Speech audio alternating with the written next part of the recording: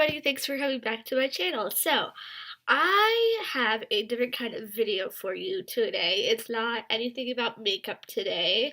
Shocker, I know, because that's what my videos are about. My video today is going to be sharing with you some tips and advice that I have if you want to go to school to study to become a teacher. I'm going to Fairleigh Dickinson University, and I have 5 years, almost 5 years under my belt of tips and tricks that I can share with you for studying to become a teacher. So I think I'm just going to go ahead and get into it. So the first and very obvious thing that I would say is to make sure you like kids. You're going to be around them for 5 to 6 hours of the day, and you need to be comfortable with them and have a good sense of humor because kids love to laugh, and I think you should love to laugh too, especially if you're going to be an elementary school teacher. So make sure you like kids. Get involved with any type of job that allows you to work closely with kids so you can share your experiences in your interviews later on down the road. Some of those jobs are, babysitting in high school. That's a clue that you really like working with kids. So babysitting, and definitely make sure you be a lot of different ages because that will really hone into which age group you like best because you may not like the elementary school kids up to sixth grade. That just may not be your flow. You might like the secondary kids who probably don't need babysitting, but parents are stricter nowadays. Definitely babysit for various ages because that will really give you a clue as to which age you do like best. I did that. I babysat tons of kids. Not really more than 2 kids at a time, but it still gives you an idea of what those ages are like. I suggest definitely going to school for teaching because that makes you more credited for becoming a teacher, and taking the classes that are needed are especially important because most of the time you're going to need a certain number of credits to get a job, to get a teaching certificate. That's usually how it works. Um, so that's another tip there. Another tip is to get as much experience in a classroom as possible. I can't stress this enough.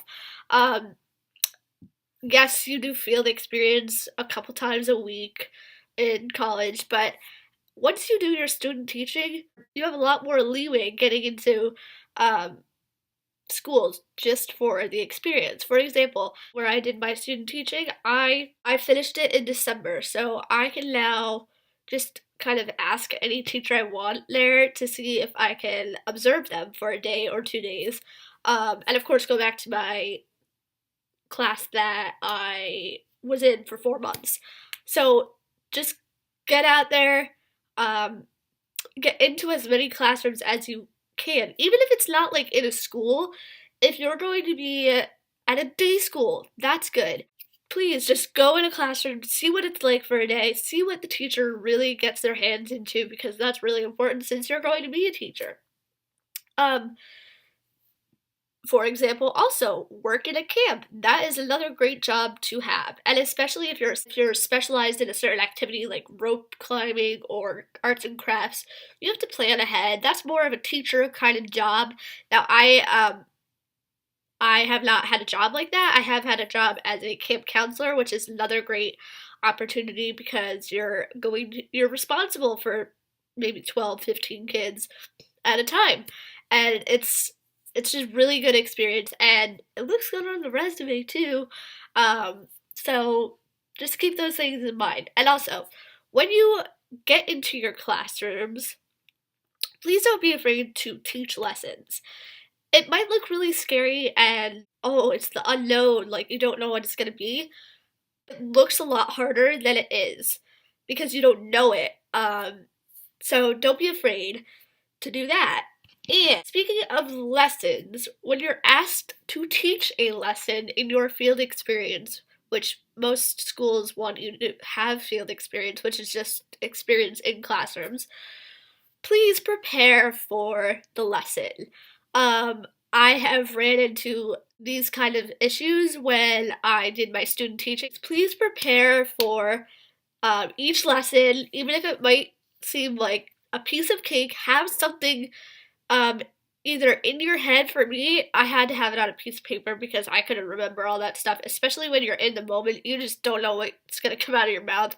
So you really need some sort of piece of paper, at least for me, that details, the questions you're going to ask, the order of things, and the students who may have difficulty. You're going to want plenty of like supplementary activities just in case you have so much time on your hands that you don't know what to do with it. You're going to want these materials and activities to help you during that time, that panic mode time. um, so make sure you have more than enough to do.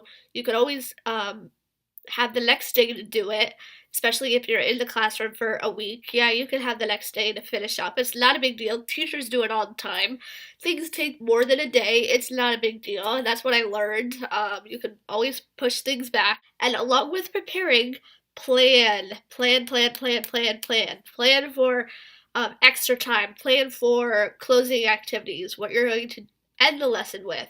That's very important. One thing I learned in student teaching is that there is a lot of planning. If you're an elementary school teacher, you're going to be teaching math, you're going to be teaching science, you're going to be teaching social studies, you're going to be teaching reading, you're going to be teaching writing. Hello, 5 subjects. Now, math was in my school for student teaching was taught daily. Math was a daily thing, and that's kind of really hard to teach for elementary kids. That's what I learned.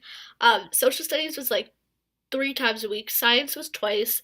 Um, Reading and writing were every day. You have 3 subjects that you will have to plan out for every day at least. And that was in my school. So that's a lot of planning. You're going to have to think about where you are in the curriculum, where you are in the book, and how you're going to bring. You're going to have to, write each of those lesson plans out. They don't have to be this big thing of lesson plans, but whatever outline you may have, you're going to have to make that outline, which I found really difficult, and I got really tired. Come the end of my semester, because I'm not doing this full time yet. It was definitely a good experience to have, so I knew how much planning goes into it because it really hit me hard. I mean, it's a lot to do all the subjects every day. Now, you are going to have like assemblies here and there that take up a whole period. You're going to have, I don't know, a fire drill that may take up that time. You're going to have Thanksgiving, you're going to have like the holidays that take time, that parents are going to want to have parties, and you're going to have the parties in your classroom during a certain subject. These are things that happen during your lessons, which will help you because then you won't have to make that extra lesson plan, which is nice. So that was a huge rant.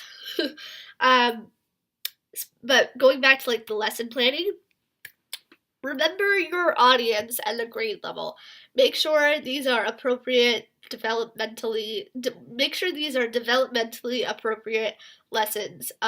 You don't want anything over their head that they're not going to get. You don't want anything that's too easy because they're going to do it too quick, but you don't want something that's going to take them forever and might be impossible to complete in the amount of time you have. You probably have about 40 minutes. That's usually how it goes. 40 minutes to an hour, depending on what school you're in, that you're going to have to plan for. And there's a certain procedure that goes through. And I can talk about like actual lesson plans in another video if this video works out. But also, please pace yourself when you're doing these lessons, because you don't want to finish the body of the lesson in 10 minutes, because then you're going to have to stall for time later, and it's just not. You just want to make sure you pace yourself, and this will definitely get easier as the time goes on. And if you do finish early, it's okay. You could move into the next subject if you can. In my school, there was no bells, so you were running the time of what you were doing that day. The thing about my tips of becoming a teacher is that you are not alone in your classroom. Well, technically you are alone with the kids in the classroom, but you will have aides, you will have other teachers in the same grade as you that you can, like, if your brain frozen on a lesson and you don't know, like, what you're going to teach them the next day for a certain topic. Go ahead and ask teachers in the same grade because they've been there. They might have been there. Teaching is a collaborative world. You don't just go in there by yourself. You're not alone. There's other people to help you if you run into issues. So, I want to talk about like my school, like Fairleigh Dickinson, my college. All of the classes were very specialized in a certain topic. For example, computers as a teacher's aid was a class where you learned how to incorporate technology and how to use smartboard because smartboards are taking over the world right now. Evaluation and measurement because grading is really important. Not really specified on grading. Okay, now don't get me wrong. I was terrified of doing my first substituting job. I didn't substitute for like 4 months because I had my student teaching to do. And the first time the substituting service called me, I freaked out because I did not want to do it. I knew I had to do it in the back of my head, but I was so scared. I had to make my mom, push me literally to take the job because I was just so scared. I ended up substituting after 4 months for a special education teacher. I was the lead teacher in the classroom. It was a piece of cake. So that was fun. I'm glad I got myself back into that because it's just a really good thing to get yourself in a lot of different school districts, and I don't know what I would have done if I didn't do that to get myself back in. It's going to be terrifying, but it's really good to get your foot in the door and to get as many teachers as possible to help you out. That's definitely important. And substituting will bring you tons of confidence because you're not going to know the classroom. Like, you're not going to have an awareness of the classroom and, like, what style the teacher is or anything like that or how the class works. You're not going to have any knowledge of that beforehand. You're just going to go in and kind of wing it and hope that the teacher has substitute plans. So these like scary things build confidence for you for your real teaching job. So I highly recommend doing substitute teaching. I hope this video has helped you. Hopefully I have some good stuff in there.